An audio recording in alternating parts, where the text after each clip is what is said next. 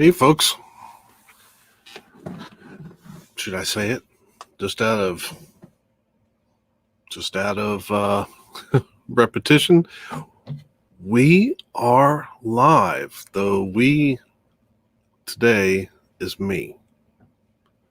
And this may just be an hour of me rambling to an empty room. That's okay. I'm cool with that.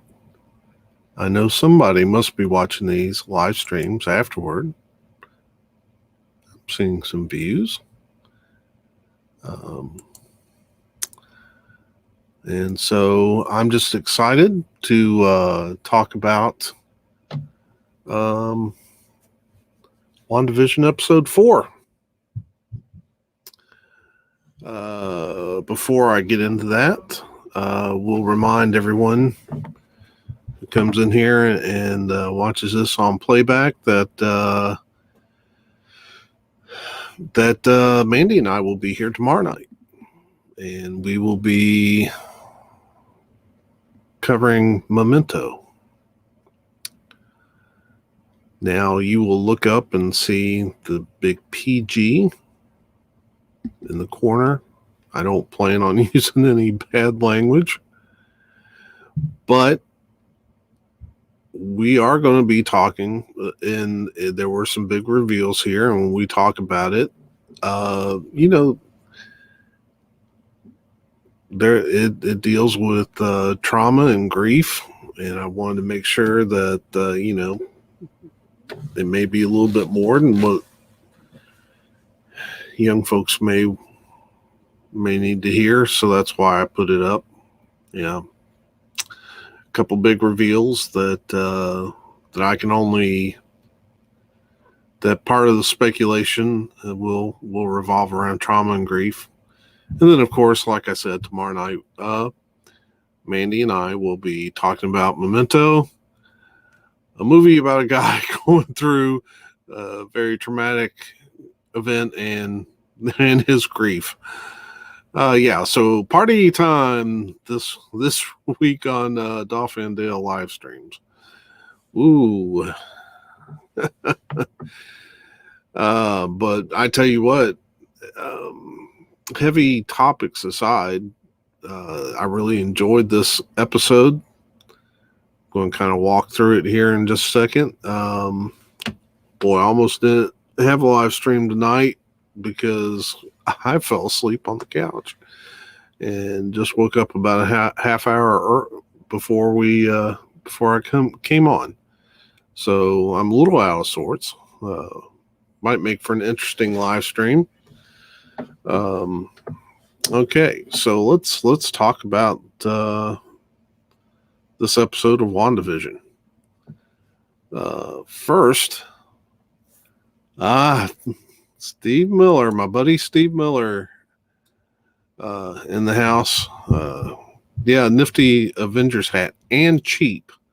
Got it off eBay. Not trying to do a plug for them, but if you want to find a hat like this, I got one. I got an Avengers hat, and I've got a it's got a little Avengers right there, and I got a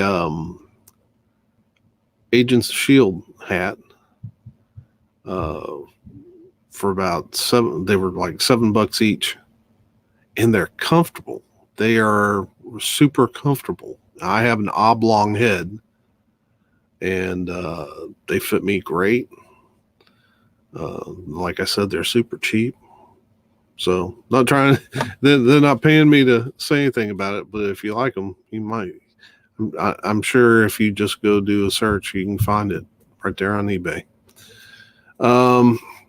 So I geeked out this entire episode of WandaVision. I mean, from the opening. At first, it took me a second to figure out what was happening. So let me go ahead and tell you, if you've never been in a live stream with me talking about WandaVision, or when we do movies, it's spoiler filled. So I'm about to spoil this episode up and down. If you have not watched episode 4, you need to get out and get out now because we're going to get into this episode. We're going to dig in deep and we're going to talk about what everything meant and just go for it. So we'll give you just a second.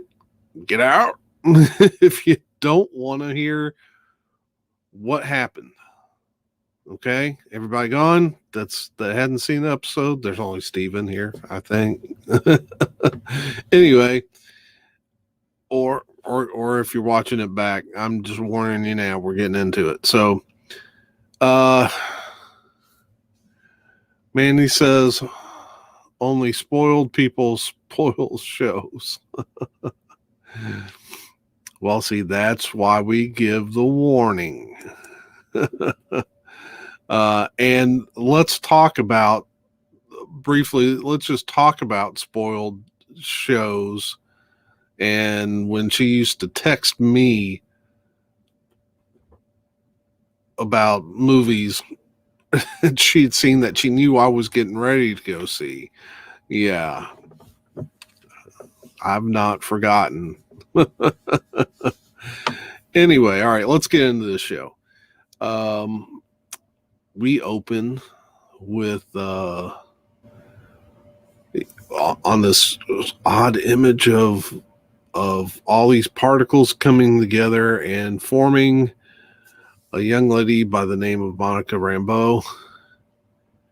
And you realize we are at the Iron Man, the Incredible Hulk's snap, where he brought everyone back from Thanos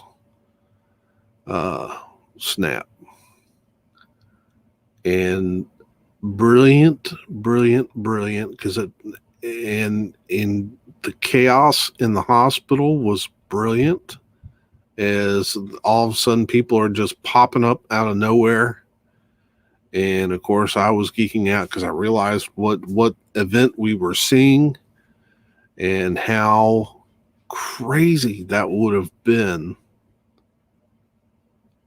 to have all those people popping back up out of nowhere. Did leave some questions. If people appeared, scary questions, like if people were appearing exactly where they disappeared from, did we have a whole bunch more death? Because would people be, I don't even like to think about it, but like people that were in airplanes when they disappeared, would they reform in the sky?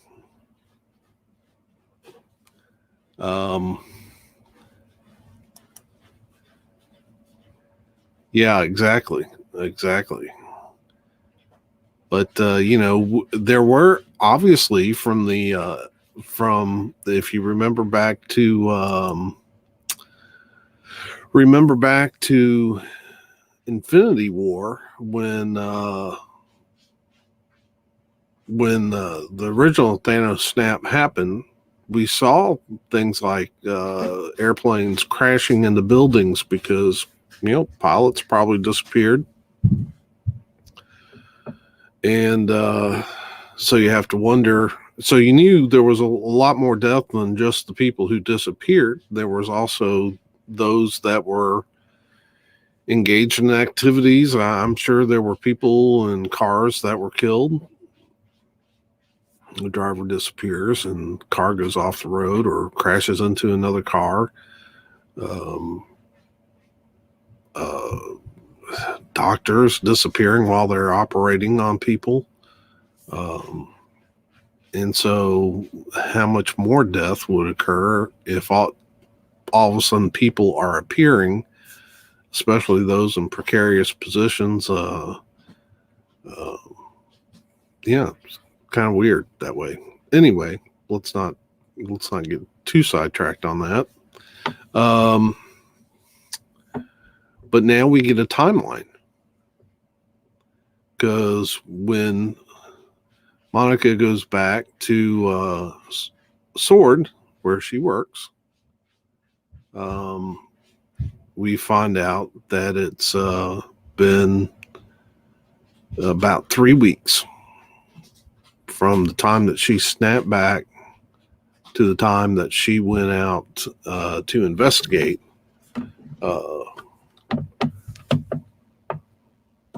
at the city border. And so let's talk a little bit. And like I said, this episode, there's a lot of grief in here. I can't imagine where her headspace would be coming back like that and knowing that her mom died, that her mom had 2 more years after the incident that had her in the hospital, but she wasn't there for any of it, and her mom had been gone for 3 years when she got back. You know, it's terrible. So, but she seemed to be pulled together, and so she goes back to Sword. I'm seeing some observations. See it, and as I'm watching this, I immediately watched it twice as soon as it dropped, and trying to pick up on details, and so many eagle eyes. I one of the things I wanted to do today that I didn't was I wanted to get a notebook and start writing things down just to keep it all straight. I know that people have already spotted that she went into this, I forget the gentleman's name, but she went back and saw her boss who replaced her mother, and people were quick to point out that the hexagon that we're always seeing, his diplomas on the wall were arranged like that. That's got people thinking that this guy is maybe the villain, her boss. I don't know how much I believe that.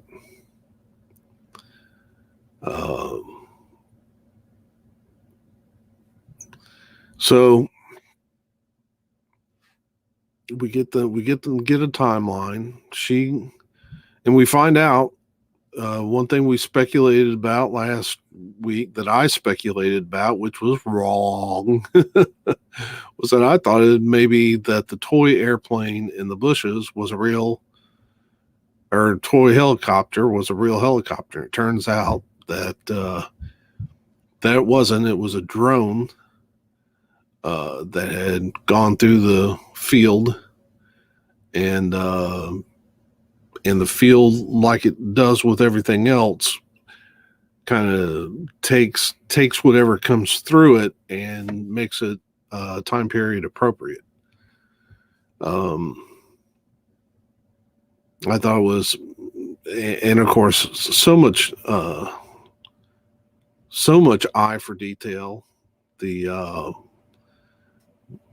helicopter, or the drone helicopter that Rambo first, or that she flew through the field right before she got sucked in herself, was colored, had the same colors as Captain Marvel, who was her hero in the Captain Marvel movie when she was a child. Thought that, man, just so much eye for detail.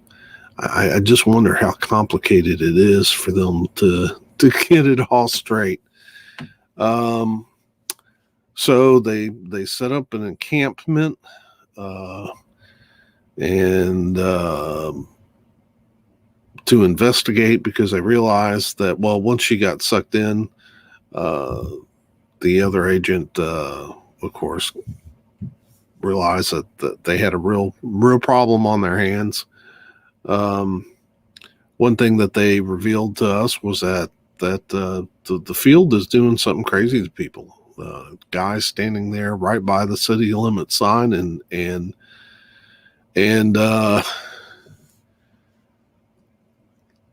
don't even acknowledge the existence of the city, which you can see through the field. But then after they leave, they mention that, the one gentleman, I am not going to remember his name. This is why I really wanted to have notes, but let me pull up a screen here. Let's share a screen. I got a picture of him right here. Right there. Love technology. All right. So this agent, I cannot remember his name for anything, but he mentions to Monica that that the field or seems to, you can feel it, that it's having a physical effect on them to not want to go in and probably not to even think about it. So for the people inside the field, what does that mean? I think we're getting Jimmy from Ant-Man. Thank you. Do you remember his last name? Yeah. And of course they had the great Ant-Man Easter egg where he had been asking Scott how to do that card trick thing, and then he did that with his card. Just great payoffs like that. Anyway, so he's recognizing that the field really doesn't want to let people think about what's going on. So at that point, you wonder, is everyone aware of what's going on, or is this field only a few people really aware? And so you have to think, and that becomes difficult because when you think back over the course, and we've had 4 episodes now, three full episodes of what's going on in the field and 1 out. So you have to ask yourself, how many people have shown some sort of idea of what's going on around them inside the field, and then who have we seen inside the field that aren't in the presence of either Scarlet Witch or Vision? So the only characters that have kind of shown any sort of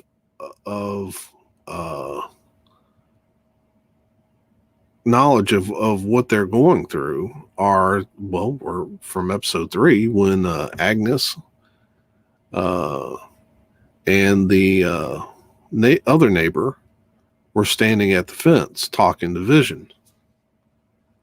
So we're talking about Randall Park as Agent Jimmy Woo from Ant-Man and the Wasp. There we go. Thank you so much, Vin. So they've shown some knowledge of what's going on, but I don't think, and Dottie has. But other than that, no one has shown any sort of real knowledge about what's going on. Though we have gotten a few hints. There was a hint from their bosses, in episode 1, when his boss is choking and his wife is saying stop it, that you almost feel like maybe they understand, or that they have an inkling, possibly. But then as soon as the danger's over, they go right back. Then you've got there was a moment I felt like with the pediatrician, where Vision is talking about him going on vacation. It seemed like maybe he knew something, possibly, but we don't know. The only one who's ever really broken from their particular roles are, again, Agnes and the neighbor that Vision was talking to when they were alluding to something at the fence, and Geraldine when she suddenly thought about Ultron killing Pietro. So, but now, so let's look at how many scenes have we gotten where neither Vision or Scarlet Witch, I can only think of one. And that's the scene where Dottie's talking to her husband. And you would think if they knew they were puppets, clearly they knew they were puppets, they wouldn't be having just a casual conversation. Would they be sitting around reading the paper like her husband was? So I think maybe that field is keeping their minds on the illusion. I don't think that they're fully aware of what's going on. Now, all right, so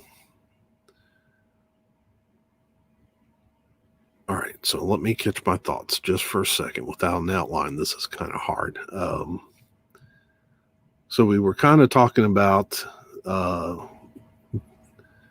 Jimmy and Monica at the force field, and of course Monica is touching the force field and gets sucked inside.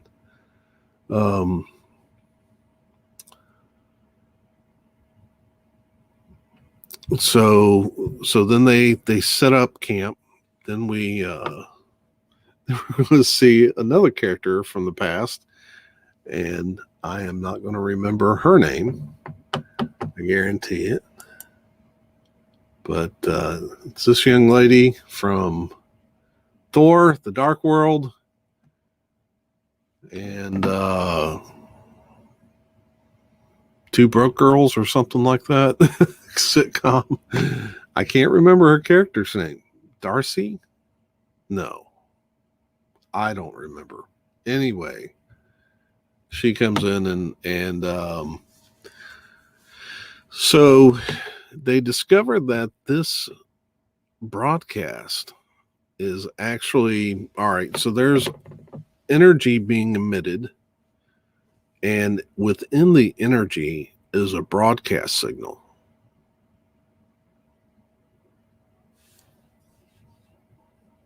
Yeah, that's as Steve, that's about as good a guess as I'm going to get. Marcy or Darcy or something like that. Anyway, so she figures it out. They pull in the TV and start watching this sitcom. So, thank you, Kat Denning playing Darcy Lewis. There we go. So that leaves a lot to question. So who is sending the broadcast? Even bigger, who's editing the broadcast? Because we're clearly not seeing the same. They're not seeing this exactly everything that we're seeing. We know there's definitely an editing process of some sort going on. So this isn't just a random occurrence. This isn't just something, a natural occurrence that there just happens to be this broadcast going on. Someone is sending a message. And who is that someone? Is it Wanda? That would seem to be counterproductive to her goal. And her goal right now is clear, is to maintain the image. And we know that. And we'll get, as we get a little farther into this episode, we'll talk about how we get to know that. So they start pulling information on each person in the show, and what do you know? It isn't just that these people are trapped in this show and just playing older versions of themselves. Their names have actually been changed. They're like cast members. So we see a matching up of people's names on the show compared to their name in real life. And what I thought, and the one thing I was looking for and got an answer. I don't know how some of these other shows do it, but they get like good pictures of what these sheets that they're putting on the board look like.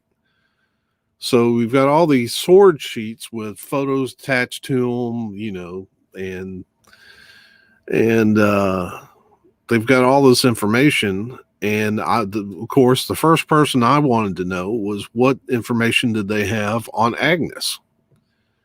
Because she's the closest thing to a confirmed outside agent of sorts that I think that we've got. I think everyone's pretty sure that she is, unless we're getting thrown a big curve, that she is Agatha Harkness. And that's why a lot of folks think that Mephisto is involved in this. So I did find out on one show that they don't have an alias. They don't have a real name on Agnes, which I think is telling. So a lot of other people, I know the other neighbor that she was talking to, the African-American gentleman who was cutting through the brick with his hedge clipper, he had a real world name, but we didn't get one for Agnes. I don't think we had much good information on her. And so I think she's clearly an agent. Now, and the other thing is, the other person to look for is Dottie. And I don't recall seeing anything on Dottie. And of course, I don't think we have anything on Ralph, who is Agnes' husband, who we all think might be Mephisto.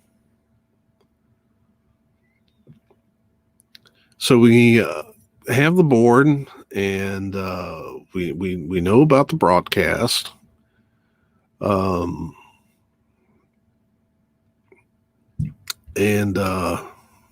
Trying to think, make sure I don't miss anything before I get to the two big reveals, because the two big reveals are going to take a little discussion.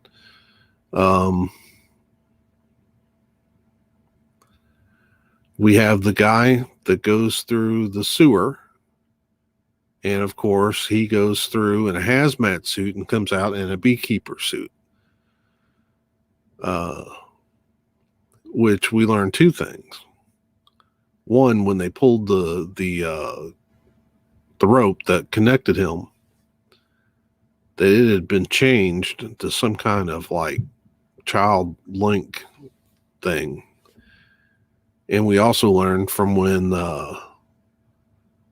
Monica got expelled at the end of episode 3, that apparently whatever you have been changed into inside, you come out as. So her clothes didn't change back when she came back out of the bubble, and the rope stayed what it had transferred to when it came back,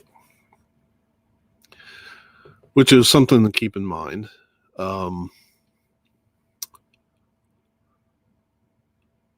Okay, we're just going to go ahead and get into the two big reveals and the implications of both. So when we left episode 3, there was of course, the big confrontation because Monica remembered that Pietro was killed by Ultron, and that disturbed Wanda. And Vision was outside talking to people, and then he comes back in. Where's Geraldine, which is Monica, and Wanda just says that she had to go, and that was it. So we didn't know exactly. And then we see Monica getting expelled from the bubble. Or the dome, whatever you want to call it. I would call it a bubble because it's a circle that encompasses the whole thing. So when she got expelled from the bubble, we figured Wanda had something to do with that, but we didn't know exactly what. And so I think the first big reveal that kind of blew everyone's mind, and I enjoyed watching the videos that some people put up of reactions from people when they saw it. Well, that reveal is this. Wanda used her mutant hex power to blow her through multiple walls and send her flying out of the bubble.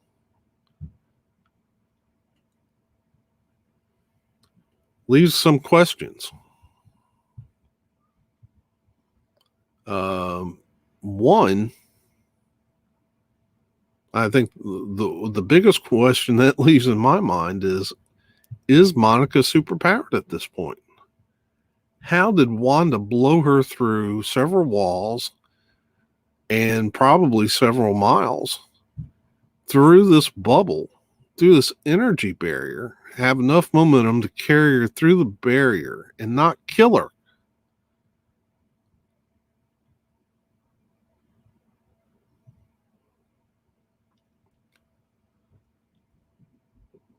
So we know we've got a good idea that Monica is eventually going to become a superpowered heroine, because Monica, her character in the comics, would be Captain Marvel at one point. What we know, she was once in the Avengers as Captain Marvel, not the Captain Marvel that we know from the MCU, but a light. Her powers were light generated, and yeah, she's had some other names like Photon and a couple other I can't remember.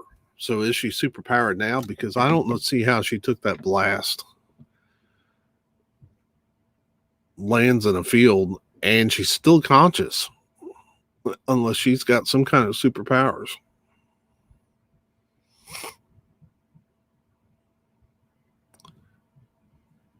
So what do we know about her superhero abilities right now?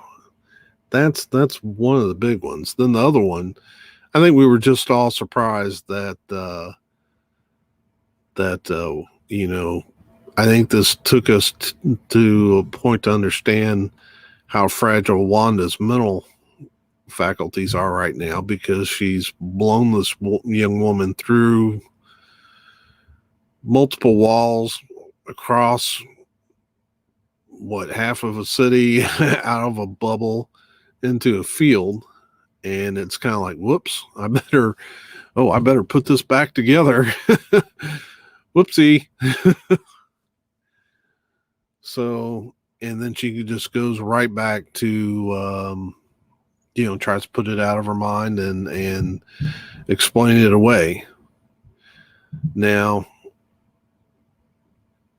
so that was that was where I'll give Marvel credit, man. You want to talk about an impact. They set us up with the left and then just knocked us out with the right. This was the left. This was like a left hook to get our attention, and had us back on our heels. Whoa, what just happened? And then the Vision walks back in, and he asks where Geraldine went, and Wanda says she had to leave. Then Wanda turns around and she sees this. Dead Vision.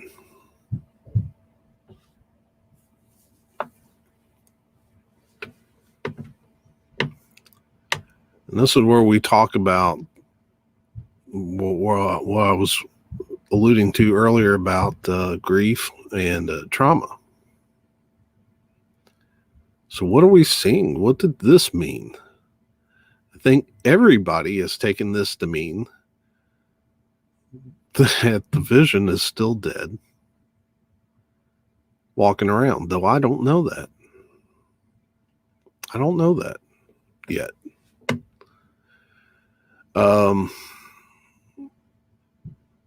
Remember, Wanda has just had her kind of world upended because in comes this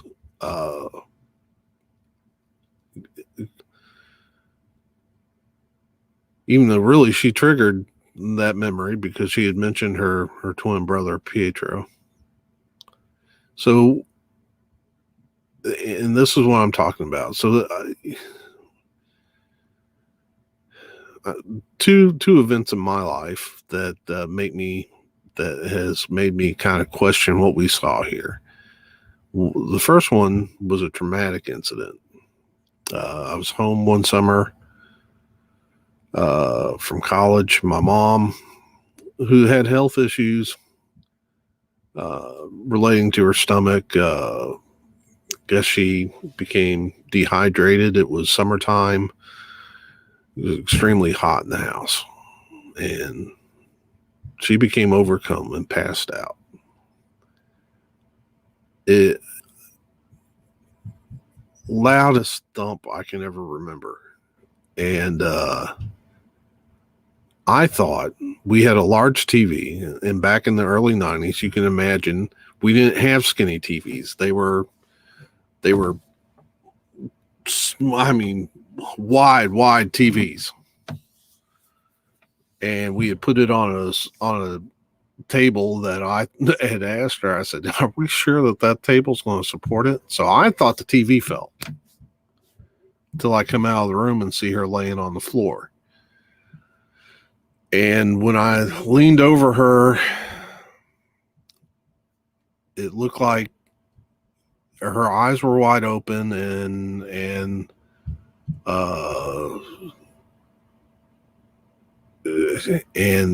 it was weird. I called her name, and she looked at me like, I'm standing right over her, and she's looking at me like I'm on 20 miles down the road.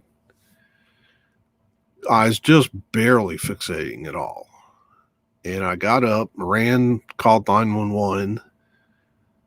Then I had to come back and step over her to get to the front door so that when the ambulance got there, they'd know where we were at and how to get in. Which fortunately it was just a small house, so it wasn't that hard, and she was in the front of it. And so they came in, loaded her up, took her to the hospital. I followed, got there, and I'm about to lose it because I'm at that point I'm thinking, am I watching my mom die in front of my face? And so they gave her an IV. She was fine. She came back out of it. Wasn't particularly upset. Don't think she knows. Well, after I explained it to her, she understood how close she came to dying, because she threw up. And as soon as EMS got there, and had I not been home, I don't know. I don't even like to think about it. She might have died on her own vomit.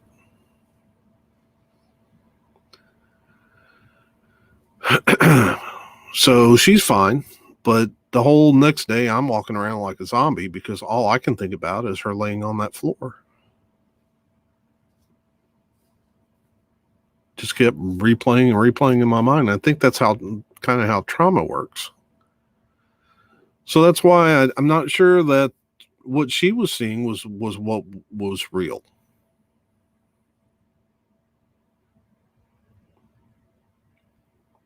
She's already had her reality kind of warped, and so here she is looking at her husband, and perhaps in her mind she was remembering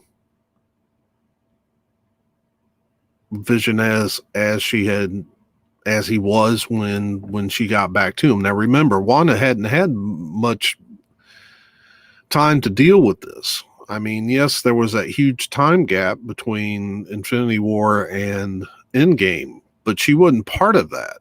Wanda dusted. So she was gone from the moment. All right, so Thanos rips that stone, the Mind Stone, out of Vision's head. Wanda witnesses all that, and then Thanos snaps and she dusts, and then she's gone until that last battle in Endgame, when Hulk reverses the snap. She comes back and fights Thanos. So at the end of Endgame, she hadn't been back. What, days? When she's talking to Hawkeye under that tree at the very end.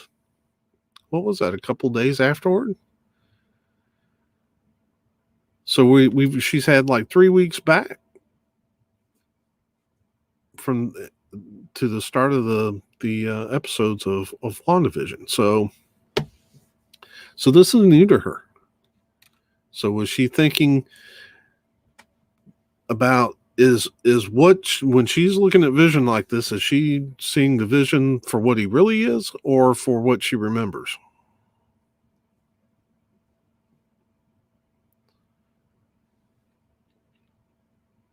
And then there's grief. I can't tell you how many times when my mom, who passed a couple of years ago, thankfully, after that incident in the 90s, she lived another 25 years or so. But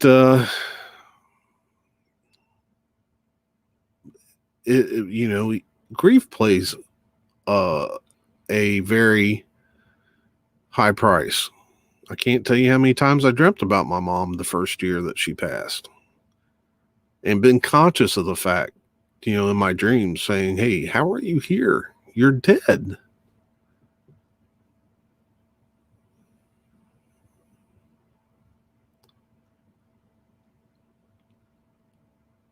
So when I see this, I just wonder if that isn't the impact of her grief, and because she's got the power of the Infinity Stone. I really think she could resurrect Vision. When I say the Infinity Stones, I mean all of them. The entire, there have been theories posed that she's showing abilities from all of the stones. That she's basically almost a walking Infinity Gauntlet. So she could probably reanimate Vision. Time Stone, Soul Stone, what else does she need? I'll tell you this. I went back and rewatched episode 3. So take this for what you will. When she when we saw that part in episode 3, there wasn't this reveal.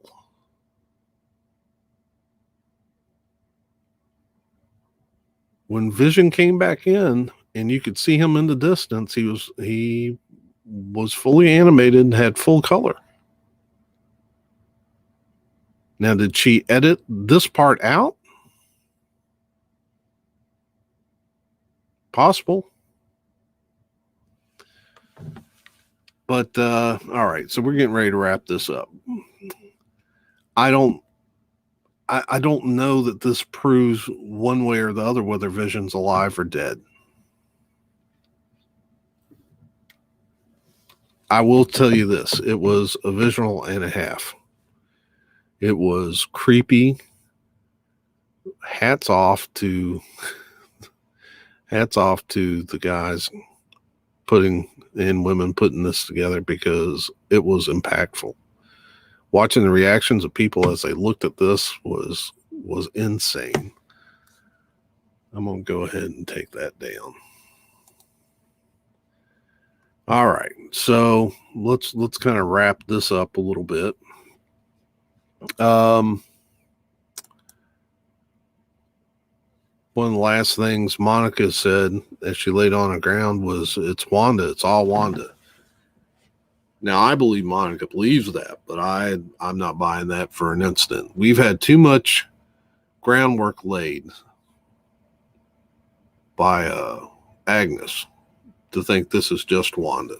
I think it might be important part of the story as we go forward that people think that it's all Wanda. But we definitely have some kind of, we have some forces at work here. And I'm guessing it's Mephisto. And because there have been too many references, especially with Agnes, where she's talking about the devils and the details, and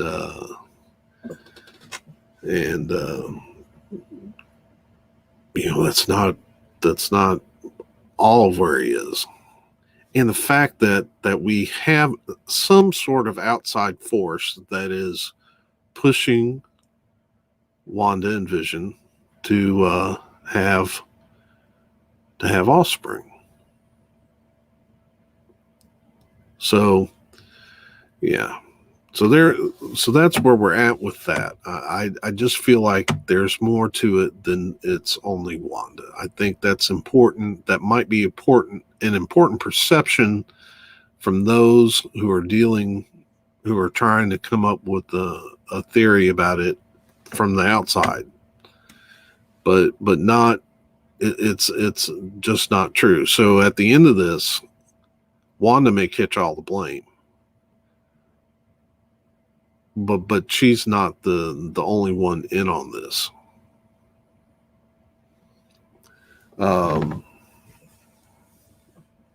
So, man, seemed like I was getting ready to go somewhere else just for a second, and I can't think where I wanted to go with that. We talked about Monica and her revelation there at the end.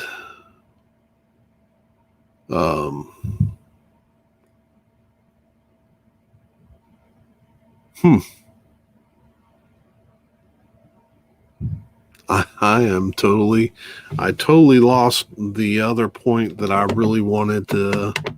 Oh, I wanted to talk about how great was that ending.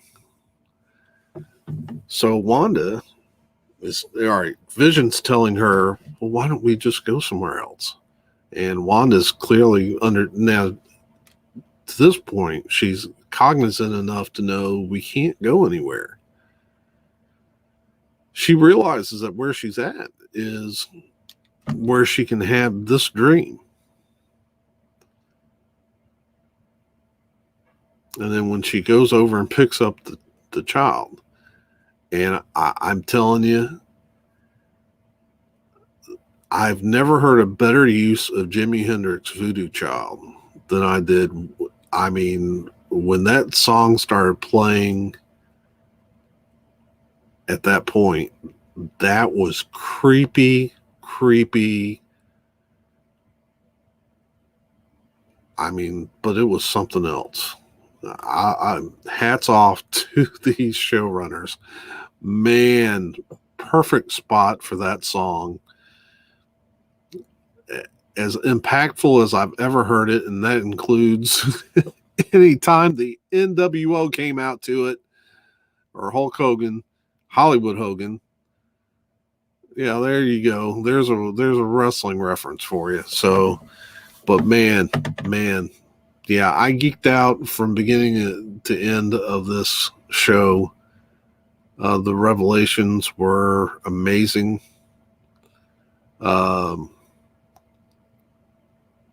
Yeah, just fascinating. So now we have to wait a few more days and continue to speculate and ponder: is the Vision really alive or not? Has he been restored? Has Wanda actually restored him, or is he that hull, that husk that we got a glimpse of, or was that just a traumatic flashback for Wanda? We're so inside her head. What's real, what's not, we still don't know. So anyway, I've rambled for 50 minutes. Tell me what you thought of the episode. If you're watching this later and get to this point, yeah, let me know what you thought. How impactful was it for you? And we will be back next Tuesday with another piece of the puzzle. We're not even, I think Tuesday is the halfway part. I think there's 9 episodes. Tuesday or next Friday gives us number 5. So when we come back Tuesday, we'll be just over the hump, and it'll be fun. So tomorrow night, again, Mandy and I will be back at 8 with Memento. Until then, man, I hope you're healthy, happy, having a good time, and we will see you soon. Peace.